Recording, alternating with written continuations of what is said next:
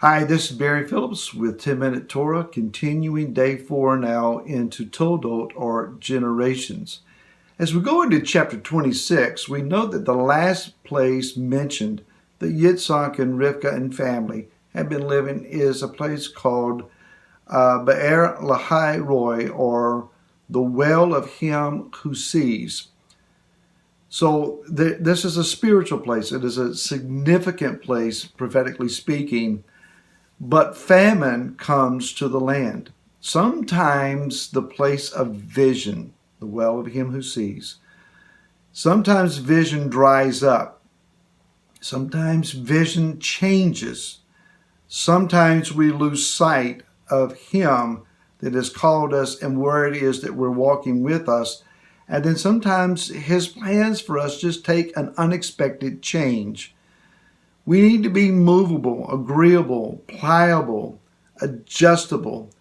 I had a wise man in Israel one time tell me that it was important that I stay in the middle, but not in a rigid straight line. I need to be willing to move from side to side as the seasons would dictate, but stay in the middle. So Yitzhak, during the time of famine, moves his family down to Gerar, and he lives among the Philistines. It's a significant thing that is taking place. Abraham, and likewise in the same situation, had to go down to Gerar. The Greco-Roman idea of time is that it's a linear line, that you start at point A and you go straight across to point B, and you can never go back and relive any moment in the past. Not exactly true. The Hebraic understanding of time is that it's cyclical. It goes in a circle, in seasons.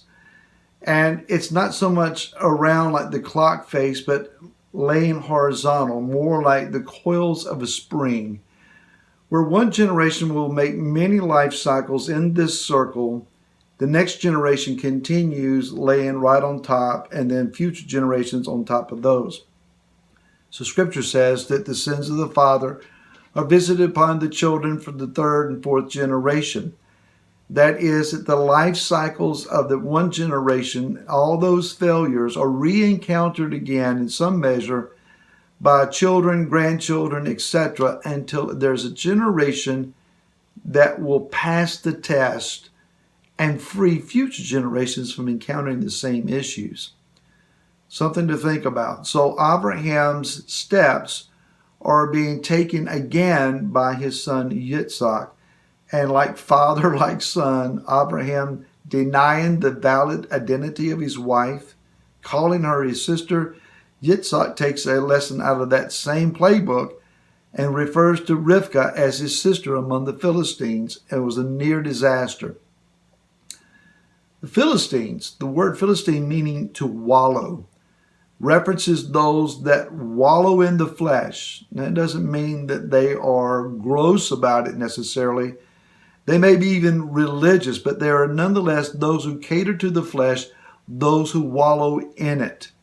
By contrast, Yitzhak is a Sadiq.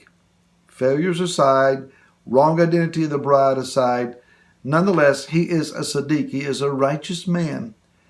In this season of a famine, he sows into the ground and he reaps 100-fold. Now that's just miraculous. That's a bumper crop in any estimation, under any conditions.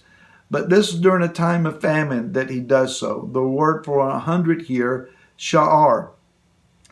It means to split open, to reason out, or to reckon.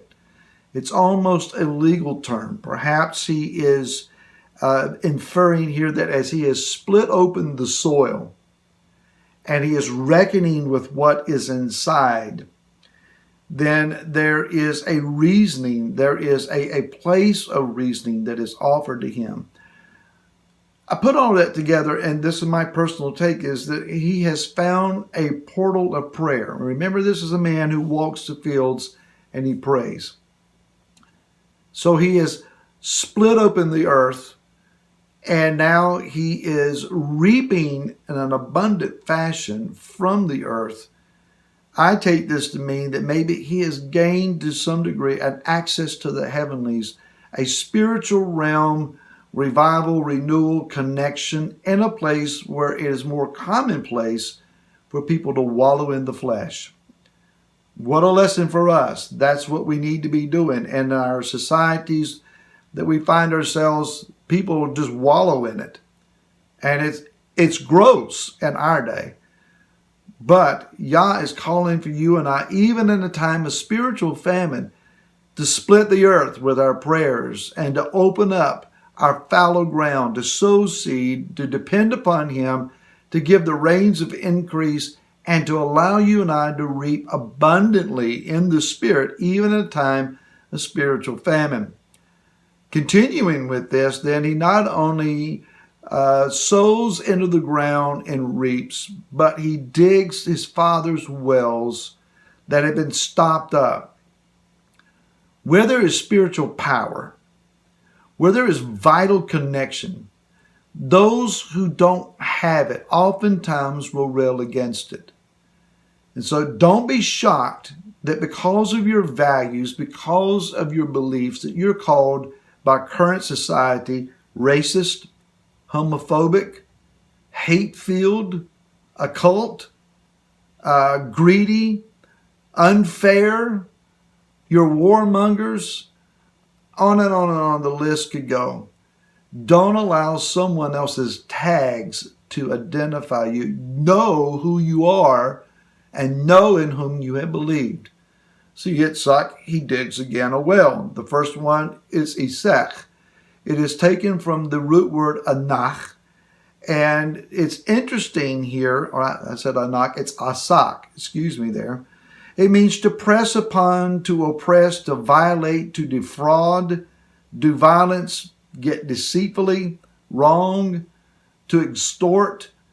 A lot of negatives here. The rabbis interpret it this way, that the Philistines were saying to Yitzhak, the hole that you dug is yours, but the water that is in it is ours. And so they contended with him for this well. Now remember, this was his daddy's well, but nonetheless, they claimed it. This is not far from those who say you can have the scriptures, they can be yours, but that which is inside of it, it belongs to us. We're the ones who get to identify the Messiah.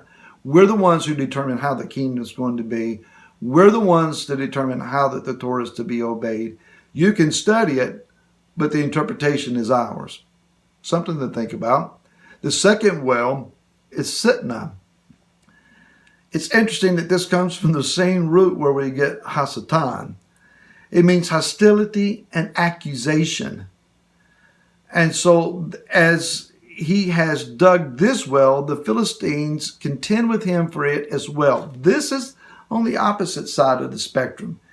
This is about the system that says, if you don't agree with my doctrine, I'm going to insult you. I'm going to castigate you. I'm going to rail against you. I'm going to name you. I'm going to insult you until you knuckle under and agree with me. Many of us have been a part of those systems. But nonetheless, they argue with him for this well as well, and he left it. Just another thought there. He comes and he digs the third well, rekovot, spaciousness or room. Finally, there is a place. Folks, we've gone from one side. Many of us have gone to the other side. We have sought a place somewhere for us to be accepted. Walk in the middle. Don't go from one side to the other, every which way that direction would be. Stay in the middle where Messiah is.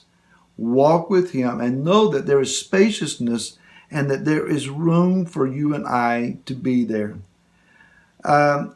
So they did not strive for this well.